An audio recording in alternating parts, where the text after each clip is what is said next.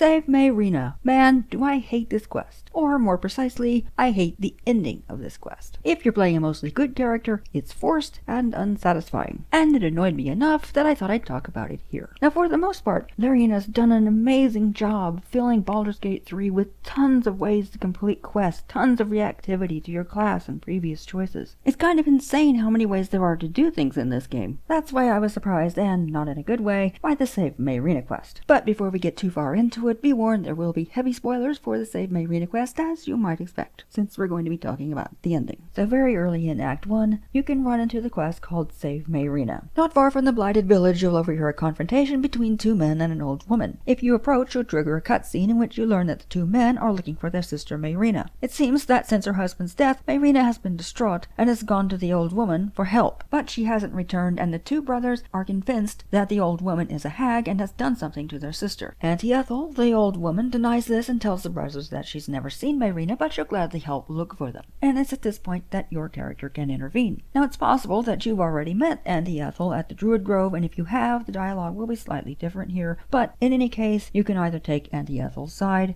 in which case the brothers will become hostile and you have to fight them, or you can take the brother's side and ask Auntie Ethel what she's done with the sister. If you do this, Auntie Ethel will be insulted and just disappear. The brothers will be convinced by this that she is definitely a hag and will decide to go after her. It doesn't matter what you say here, you can try to persuade them not to go, that you'll go instead. It doesn't matter, they're gonna take off. At this point, you'll get a journal update with the quest to Save Mayrina. Now this quest, like most quests in the game, is fairly involved. There are a lot of steps, and there are many ways to complete those steps. It's very reactive to your class, and it allows you to solve problems in whatever ways you can come up with. In other words, it's typical of most quests in the game, until you get to the end. Specifically the ending where you save Mayrina and kill the hag. Because it feels like Larian just kind of forgot to finish it. So if you're going for this ending, the first thing you'll notice is that killing Auntie Ethel does not complete your quest. To do that, you'll need to do a little extra work. You'll need to talk to Mayrina and then go poke around Auntie Ethel's private chambers. There you'll find a bunch of letters from Auntie Ethel's sisters, as well as a bunch of potions with sinister names like Wilted Dreams, The Mother's Loathing, and Insanity's Kiss. Among all this clutter, you will also find something called the Wand of Bitter Divorce. When you pick it up, your journal will be updated with an entry that says you found something that might resurrect Mayrina's husband and you should go talk to her about it. And I don't know about you, but if I find a wand that could resurrect someone in a hag's lair, I'm pretty sure I know how that's going to go, and it isn't going to be good. But you might be thinking it's okay because there's been so many different ways to do things throughout this quest that this is going to be the same way. We're not going to have to use the wand, right? But if you think that, like I did, you'd be wrong. You go outside to find Mayrina standing by her husband's coffin. You can talk to her, and there are several different options available to you. One is to talk about the wand, but if, like me, you figure doing that is probably the wrong idea, you can ask her if she's alright, to which she will say no, but she will be. You can stand there while she reminisces about her husband, and then leave her silently to mourn. And you think, that's cool, that's probably the best ending, except guess what? The quest doesn't complete. Now you can say, that's fine, I'll just leave the quest hanging because that's the best way to end it, but if you want to complete it, you're gonna have to show her the wand. So I think, okay, I'll show her the wand, but it'll be fine, because there'll be a persuade option or something to convince Mayrina that using it is a really bad idea. After all, a hag created it, so how good could it possibly be? And at first, it feels like that's what's gonna happen. You pull it out to show it to Mayrina, and suddenly the air tastes acrid, and you get a kind of negative vibes about this wand, and I thought, okay, yeah, here we go, I'm gonna be able to convince her somehow that it's evil, and we're gonna destroy it, and everything is gonna be fine. But nope, you show Mayrina the wand, and immediately she wants you to use it to resurrect her husband because apparently all sense has gone out of her mind and everything she's seen about the hag she completely forgets and thinks that somehow this is actually going to work. Well, you have no way to persuade her otherwise. Your options are use the wand or break it. Now for my goody-goody ranger, I think breaking it is really the only option here, but the way you have to do it just seems kind of mean. You pull this item out and go, hey Mayrina, I found an item that might resurrect your husband, ha ha ha, and then you're just gonna snap it in her face. I should have been able to at least say something to convince her that was the best thing, to,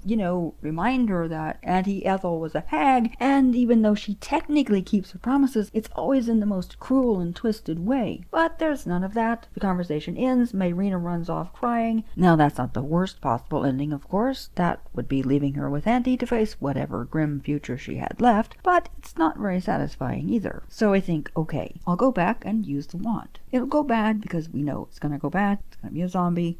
But Mayrina will understand that trusting Auntie Ethel was a bad idea all along and will kill the zombie and everything will be fine. So that's what I do, and I do indeed get a zombie, but nothing else goes according to plan because Mayrina, who is initially taken aback by what she sees, decides that it's her husband, so she wants to keep him with her. They can go to Baldur's Gate and maybe someone can resurrect him for real. Of course, you can keep the zombie for yourself if you want, and for a more evil character, this is probably a super great option. Again, for my good ranger, not so much. The only other option in this case is to kill the zombie, which makes Mayrina hostile, and you gotta fight her. I mean, you can knock her out so you don't have to kill her, but still, it's another crummy ending. And that's it. Those are your options. All bad, or at the very least unsatisfying. But it didn't have to be that way, and I'm talking a simple fix here, just a few dialogue options. To convince Mayrina that we shouldn't create the zombie in the first place, because we know it's going to be a zombie. I mean, Auntie Ethel's a hag, what else was it ever going to be? Or, barring that, we're allowed to destroy the wand out of her presence and just let her go off and live her life. These are the most obvious choices that you could have to end this quest, and they're conspicuous by their absence. This makes it look intentional, that Larian specifically wanted this quest to end on a bitter note, no matter what you did. Now, it was always going to not have a happy ending. Her husband was never going to be resurrected. They were never going to have things back the way it was. So there was never going to be a happy ending, and I'm fine with that. That's not the problem here. The problem is you're forced to either act like a jerk or do something completely terrible, and if you're playing a good PC, something completely out of character to end this quest. I haven't gotten very far in the game, so I'm hoping this is an anomaly, and most other quests will allow my character to at least try to do the right thing, even if it doesn't turn out all that great. Just having the option to try is what I want, and that's why I hate this quest, because it takes away the most